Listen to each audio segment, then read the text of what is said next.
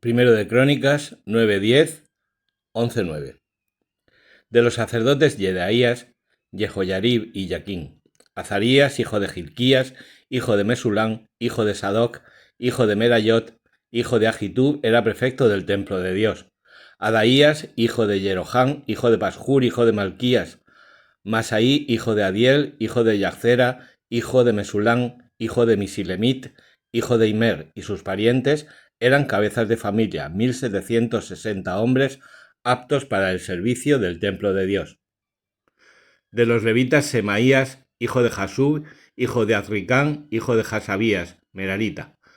Bacbacar, Jerez, Galal y Matanías, hijo de Micá, hijo de Zicrí, hijo de Asaf. Abdías, hijo de Semaías, hijo de Galal, hijo de Yedutún. Berequías, hijo de Asaf, hijo de Elcaná, que vivía en Alquerías Netofatíes. Los porteros eran Salún, Acub, Talmón, Ahimán. Su hermano Salún era el jefe. Estos del grupo de los levitas han sido porteros de la puerta real al oriente hasta el momento actual. Salún, hijo de Coré, hijo de Abiasaf, hijo de Coré, y sus hermanos de la familia coreíta estaban encargados del servicio cultual como guardianes de los umbrales de la tienda. Sus antepasados habían hecho guardia a la entrada del campamento del Señor. Antiguamente su jefe había sido Pinjas, hijo de Eleazar. El Señor estaba con él. Zacarías, hijo de Meselemías, atendía como portero a la entrada de la tienda del encuentro. El total de los elegidos para porteros de las entradas era de 212. Estaban registrados por poblaciones. David y el vidente Samuel los habían elegido por su fidelidad. Ellos y sus descendientes eran los encargados de custodiar las puertas de la tienda, es decir, el templo del Señor. Había porteros en las 4 direcciones, este, oeste, norte y sur. Sus parientes, que vivían en sus alquerías, tenían que venir periódicamente para estar con ellos durante 7 días. Los 4 porteros principales tenían servicio permanente, eran levitas y estaban al cuidado de las cámaras y almacenes del templo de Dios. Pernoctaban en el entorno del templo de Dios, pues debían custodiarlo y abrirlo cada mañana. Algunos levitas estaban encargados de los objetos del culto. Los contaban al recibirlos y al entregarlos. Otros se encargaban de los utensilios, los vasos del santuario, la harina, el vino, el aceite, el incienso y los aromas. Algunos sacerdotes preparaban los perfumes aromáticos. Matatías, uno de los levitas, el primogénito de Salún, coreíta, estaba al cuidado constante de las cosas que se preparaban en sartén. Algunos de sus parientes queatitas preparaban cada sábado el pan de la proposición. Había también cantores, cabezas de familias levíticas. Moraban en las habitaciones del templo, exentos de otros servicios, pues día y noche se ocupaban de su ministerio. Estos eran genealógicamente los cabezas de familia de los levitas, sus jefes. Residían en Jerusalén. Yeiel, fundador de Gabaón, residía allí. Su mujer se llamaba Maacá. Su primogénito era Abdón. Después venían Sur, Quis, Baal, Ner, Nadab, Gedor, Agió, Zacarías y Miclot. Miclot engendró a Sima. También estos, igual que sus hermanos, habitaban en Jerusalén con sus parientes. Ner entregó a Quis y éste engendró a Saúl. Saúl engendró a Jonatán, Malquisúa, Abinadab y Esbaal. Hijo de Jonatán fue Meribaal, que engendró a Micá. Los hijos de Micá se llamaban Pitón, Melec, Tajrea y Ahaz. Ahaz engendró a Yará y éste engendró a Alemet, Azmabet y Zimri. Zimri engendró a Mosá y éste engendró a Biná, padre de Rafaías, padre de Eleasá, padre de Asel. Asel tuvo 6 hijos llamados Ricán, Bocrú, Ismael, Searías, Abdías y Hanán. Todos eran hijos de Asel. Primero de Crónicas 10. Los filisteos contendieron con Israel. Los israelitas huyeron ante ellos y fueron muchos los caídos en el monte Gelboé. Los filisteos cercaron a Saúl y a sus hijos y mataron a Jonatán, a Abinadab y Malquisúa, hijos de Saúl.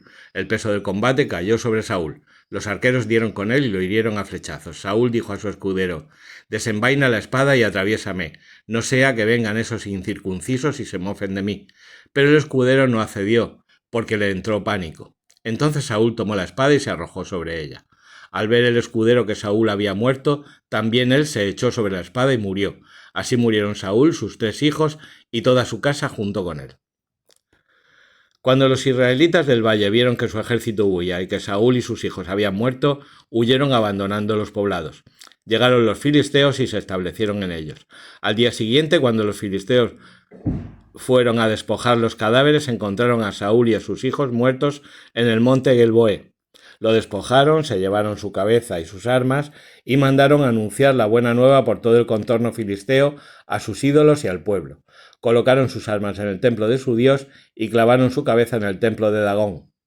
Cuando los habitantes de Yabes de Galaad se enteraron de lo que los filisteos habían hecho con Saúl, los más valientes se pusieron en marcha. Tomaron el cadáver de Saúl y los de sus hijos y los llevaron a Yabes. Enterraron sus huesos bajo la encina de Yabes y ayunaron 7 días.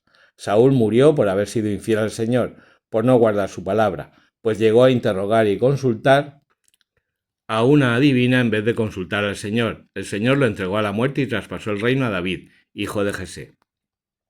Primero de Crónicas 11.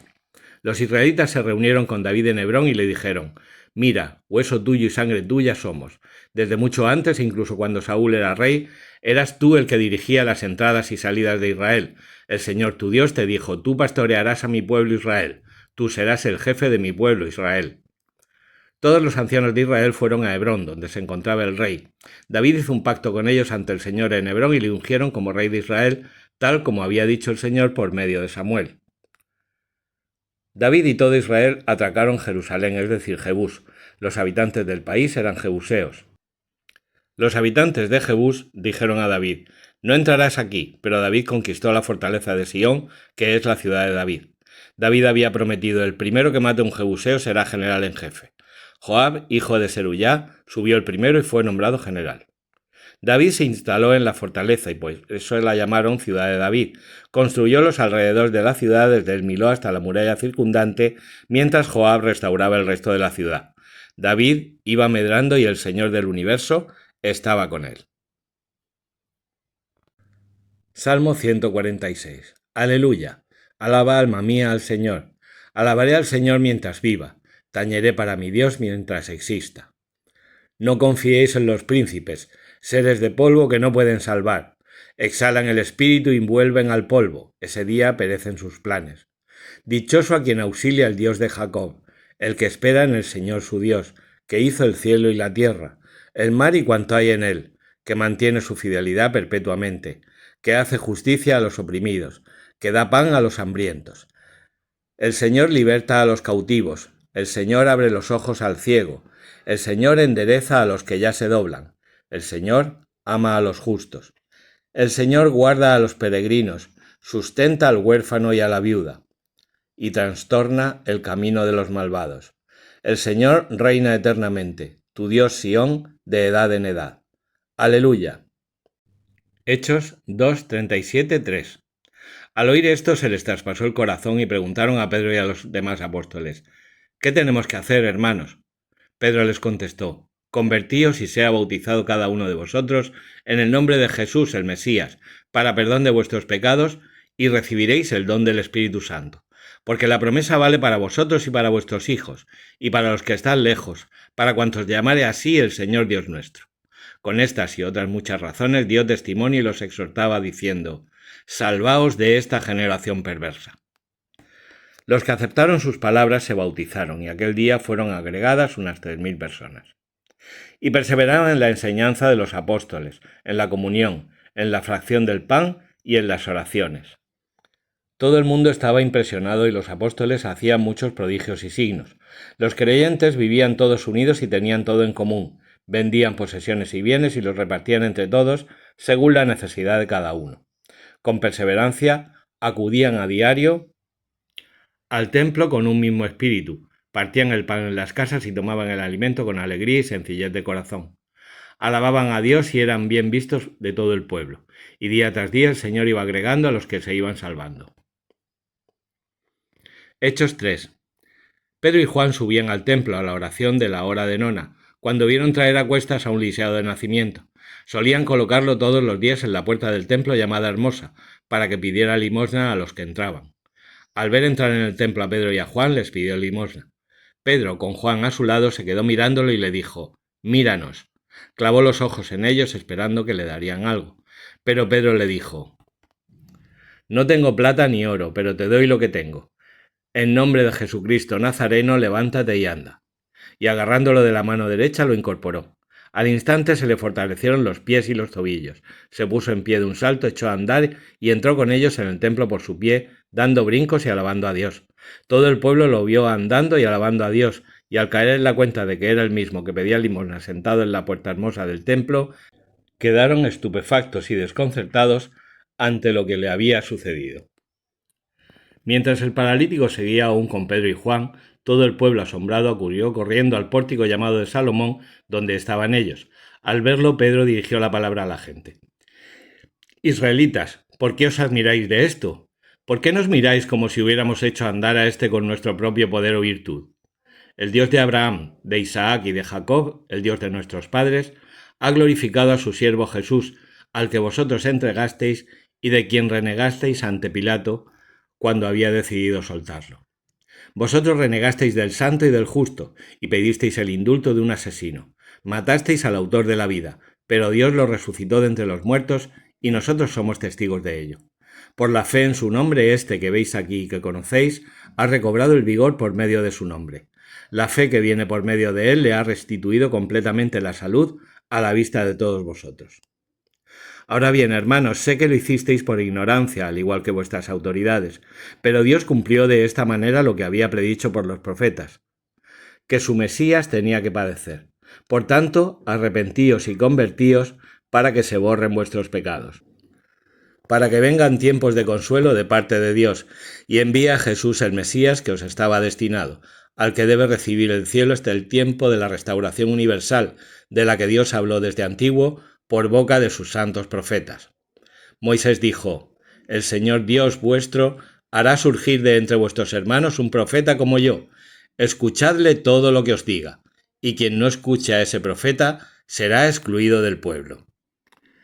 Y desde Samuel en adelante todos los profetas que hablaron anunciaron también estos días.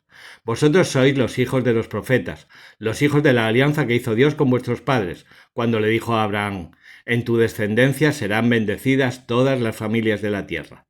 Dios resucitó a su siervo y os lo envía en primer lugar a vosotros para que os traiga la bendición, apartándoos a cada uno de vuestras maldades.